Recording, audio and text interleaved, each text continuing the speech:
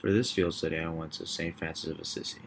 It is a gorgeous church from the outside and it only gets more beautiful as you walk in. It seemed to be most popular with the white, Asian, and Hispanic community. The average age of the participants was around 30 years old. The inside of the church is beautiful and amazingly painted. It was the best looking church that I went to for any of the field studies by far. The music was very upbeat and uplifting. It sounded very modern compared to the other churches that I've been to for the field studies, but it did sound very beautiful.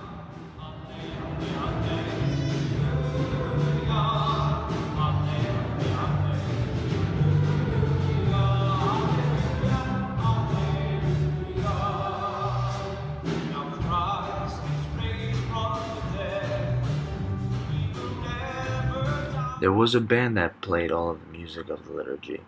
The band was very kind and also very talented. There was only a drummer, guitarist, and two singers. The singers were a man and a woman. The man spoke in front of the church a lot during the Mass. This was the gathering song. The song was called Song Over the Waters by Marty Hugin. I think I butchered that name, but it was a nice song. And it was kind of a back and forth between the man and the woman. Also very modern sounding, as you probably can hear.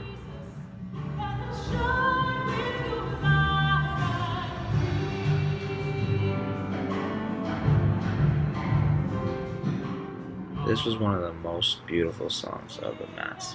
It was short but sounded very special. It was a communion song called Be My Hands and Feet by Mary Louise Bringle and Tony Alonso.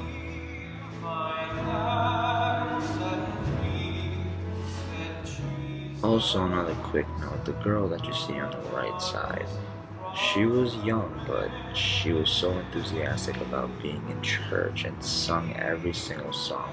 And when the sign of the peace came, she wanted to give everyone a handshake. It was just really special seeing someone so young be so energized about going to church.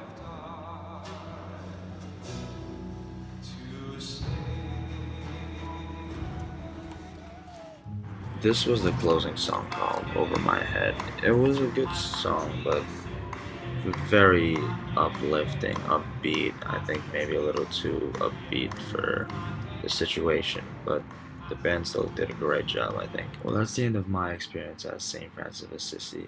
I think the most outstanding parts of the church were one, how beautifully decorated and painting it was, and two, the band was fantastic.